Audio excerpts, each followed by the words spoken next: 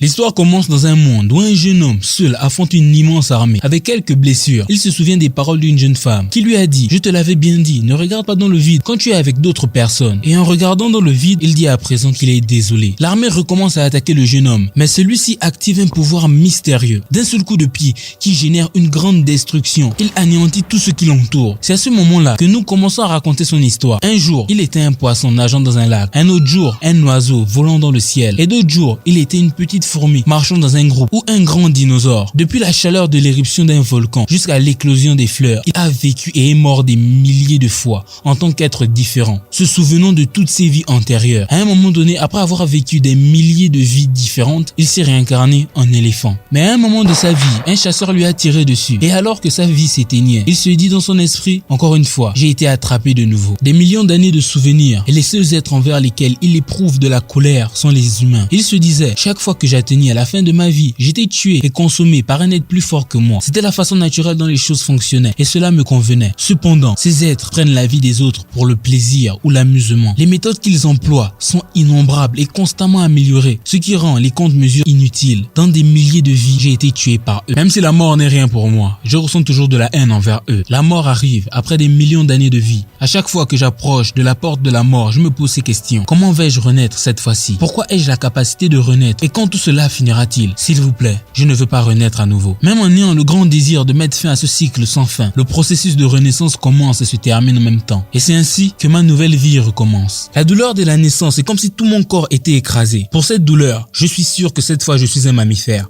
Après toutes mes expériences passées, je n'ai jamais ressenti une douleur aussi grande. Cette douleur me rend enthousiaste pour cette vie. D'après mes expériences passées, plus de douleur signifie plus de chances d'être au sommet de la chaîne alimentaire. À ce moment-là, il revient à la vie, ouvre les yeux dans les bras de sa nouvelle mère et dit dans son esprit, en la regardant, je me demande combien de temps s'est écoulé dans cette vie. Bien que ma vision soit floue, je l'ai immédiatement distingué. Les seuls êtres envers lesquels je ressens de l'hostilité sont les humains. Ce petit jeune homme a été nommé Lee Jin par sa mère, Oh-young. Le temps passe et à un jeune âge, sa mère emmène Lee Jin à l'hôpital. Lui qui avait vécu des millions de vies pensa que pour la première fois, il avait un nom et que la vie des humains était compliquée. Bien qu'ils soient tous vivants, ils font des distinctions entre les pays et les races. En outre, ils donnent un nom à tout ce qui existe dans le monde et donnent un sens à tout. Le médecin qu'ils sont allés voir dit à la mère de Lee Jin que tous les tests qu'ils ont effectués étaient normaux. La mère, un peu confuse, demande alors pourquoi son fils ne parle pas. Le médecin tente de lui donner une explication en lui disant qu'il n'a que 6 ans et qu'il est peut-être encore trop tôt pour lui. La mère, insatisfaite de l'explication et un peu en colère, dit au médecin que ce n'est pas le problème. Même si elle a essayé de lui parler, il a à peine réagi. Il n'a même pas pleuré à la naissance. Le médecin, voyant qu'il n'a pas de problème physique, évoque la possibilité qu'il s'agisse de quelque chose de psychologique et propose de l'emmener chez un psychiatre.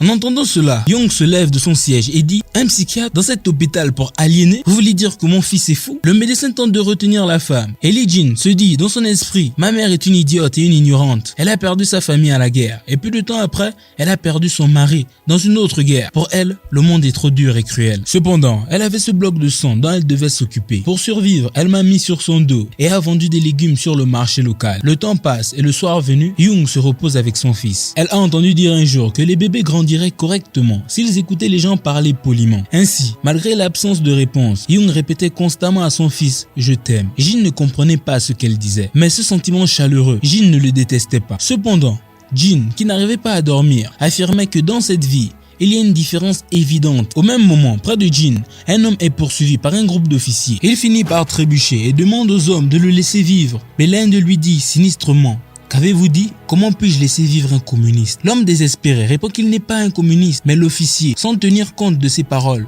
lui dit qu'il pourra en parler plus tard et qu'il doit se lever immédiatement. Sinon, il devra le ramener en arrière. Or, à ce moment précis, Jin apparaît au sommet d'un poteau, attirant l'attention des hommes. L'un des officiers, un peu confus au début, lui dit qu'il est dangereux d'être là-haut, qu'il faut descendre tout de suite. Mais Jin, sans prononcer un mot, dit dans son esprit, en les observant: des êtres humains, j'ai pensé qu'il serait parfait de les tester. La grenouille fait un grand saut et Jin tombe devant toutes les personnes présentes. Cependant, Jin se dirige à grande vitesse vers les hommes en disant léopard. Et juste avant de toucher l'un d'entre eux, il dit Argentinosaurus. Et d'une attaque puissante, il renverse l'un des officiers et met fin à ses jours. Ses compagnons, qui n'ont même pas pu réagir au mouvement du jeune homme, lui crient avec colère et peur, lui demandent qui il est. Jin les regarde en souriant et dit dans son esprit, oui, il était sûr, une capacité qu'il n'avait jamais eue auparavant. Tous les êtres comme ceux qu'il avait vécu avant, je suis né avec toutes leurs capacités. Pourquoi ?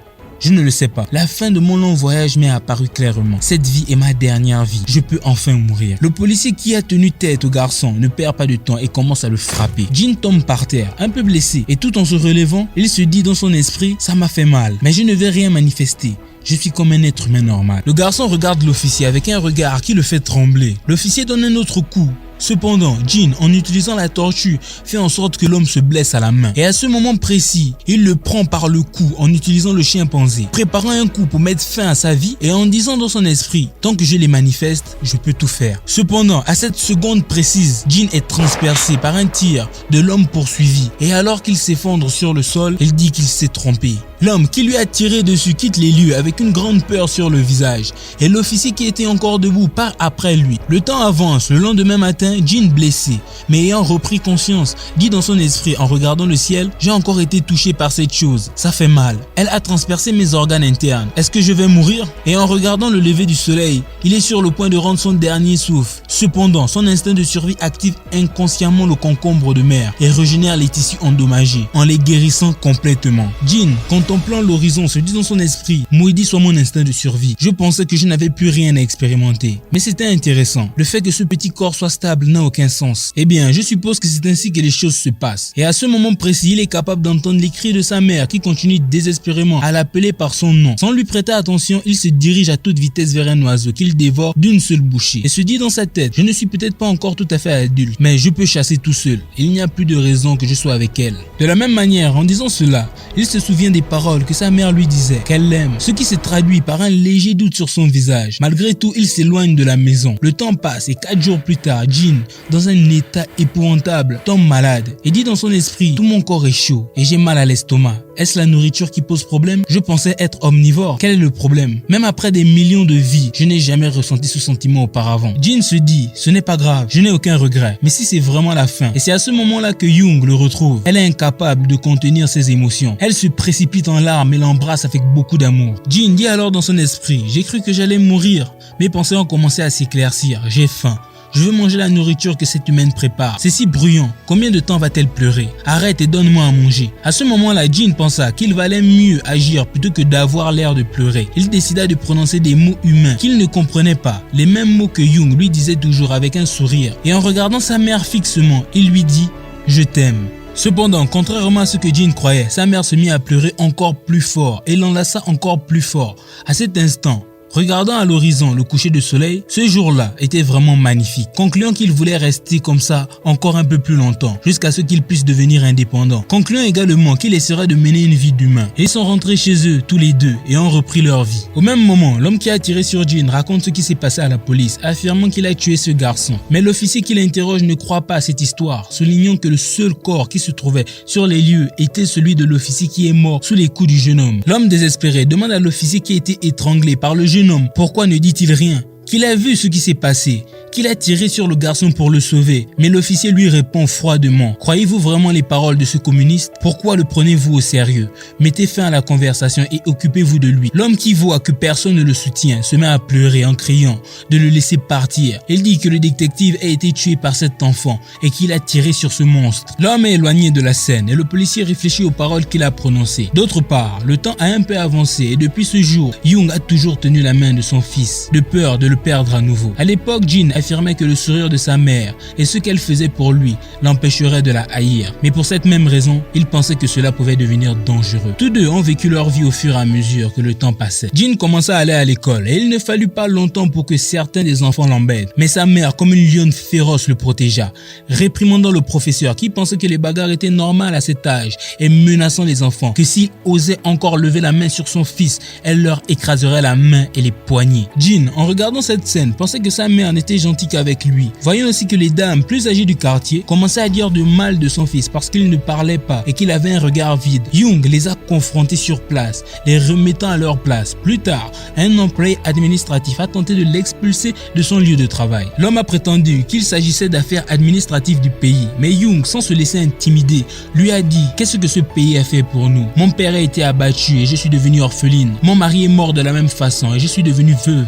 Je travaille ici depuis que mon fils est dans mon ventre. Pour qui vous prenez-vous » En se jetant sur le sol, elle continue en disant « Je ne bougerai pas, tuez-moi plutôt. Si vous n'avez pas l'intention de me tuer, partez. » Young se battait constamment contre le monde et le temps passait ainsi. Jin était finalement habitué au corps et au mode de vie d'un humain.